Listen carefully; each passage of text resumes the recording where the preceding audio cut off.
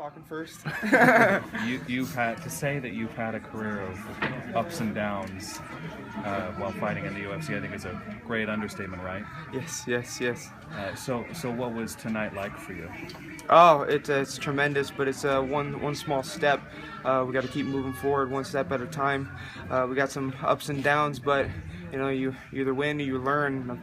A ton of learning experiences, and the team I'm with, Muscle Farm Team Elevation up in Denver, Colorado, have really taken me to a point where I'm very satisfied. I just made the move out there last year, so big things still coming. So what is it about that team that sort of helped you turn things around after so many sort of weird results in your fight?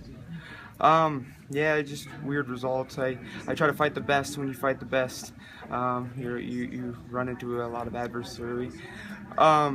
Team Elevation, we have a complete package. We have teammates, we have coaches, we have training environment. Muscle Farm supplies us with everything we need as far as recovery and a facility, and so we just gotta, as fighters, take advantage of the opportunities and the resources that we have. How are you feeling right now? You look like you're showing a lot of signs of wear and tear. Just wondering how you feel after a fight like that. Man, you get to a point where it's all up here, all mental, and your body wants to quit, but your mind keeps going. So right now, my body's just trying to catch up to where my mind put me.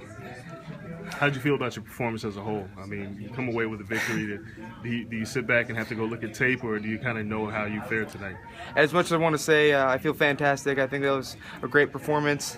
I'm being told it was a great performance. I felt slow. I felt some hiccups, some mental profanities, and so I thought I looked stupid. But definitely got to watch some film, and I love hearing other people saying that they enjoyed it. So I fight for the fans, and if the fans absolutely love the performance, then I'm truly satisfied. When did those mental profanities surface? Probably when he kicked me in the head. I assume he kicked me in the head once. He did a great spinning elbow, and so you see a huge flash, and then a mental profanity pop in your head, but then you just try to forget it and just keep moving on. You got 15 minutes, and that was only 1 second. How much of the fight do you remember? A lot of it. I remember I won the first round. I felt pretty proud of my first round. The second round, not so much. Took me down, controlled me, and so I knew it was 1-1. So, I think both our bodies wanted to quit, but I wanted it a lot more, so I took the third. And so I remember a great deal, especially when he kicked me in the head and elbowed me in the face. You talked about some hiccups and things that you really want to work on, even though it's just right after the fight here. Was there anything particularly that stood out to you aside from starting slow that you call a hiccup and would consider to be something you want to work on? The list goes on. Yeah. First round, I was too comfortable against the fence. In the third rounds, my arms just felt heavy.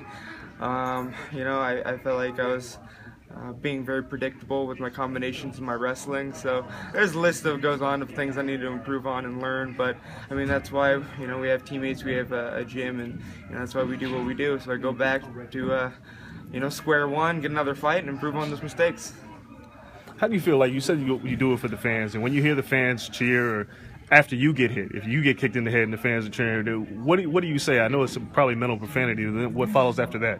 I just love fighting for the fans. My fans, the UFC, and everyone in the crowd, everyone that's paying money, is the reason I fight. I'm a fighter and an entertainer, and I'm in here trying to put everything on the line just so I can see the casual person smile, clap, and yell. And I love turning fans over, whether they hate me or love me. I just love putting on great performances, and that's what drives me day in and day out. Can you hear the crowd in the middle of your fight? Yes, I can. I can hear the crowd when I come out to goofy songs. I can hear the crowd, booing and hissing. I also hear them cheering and hollering. So, when I'm up against the fence or in a guard position, I feel like I'm being a boring fighter. I really want to persevere and push. That way I can, give, the guys that are paying the money what they paid money for. What was behind the Christina Aguilera entrance music then? I fight the best when I have a smile on my face and when I'm having fun. Right, so I'm already fighting another dude in a cage, and so I don't need a lot of testosterone, to prepare for that one. But Christina Aguilera or Pony by Genuine, just some goofy songs, put a smile on my face, and that's where I perform the best. Any plans on future, like who do you want to face in the division next? You know what? I'm just gonna, spitball. I know UFC loves, when people toss out names, but there's a controversial no contest that I have that I would love to, get that back and fight Leandro Silva again. So that way, that no contest and one of his most recent wins, I think I can get 2 losses or, my 2015 back. How do you look back at that whole debacle? It is what it is. It's for some reason I have very entertaining fights, whether it's a good or bad or just extremely odd. It happened. You live and you learn. I was confused at the time. I did what I can to make things justified, and UFC helped me out a ton. And so now you're just gonna move forward. Thank you very much. Thank you. Thank you so much, guys. All right. Appreciate it.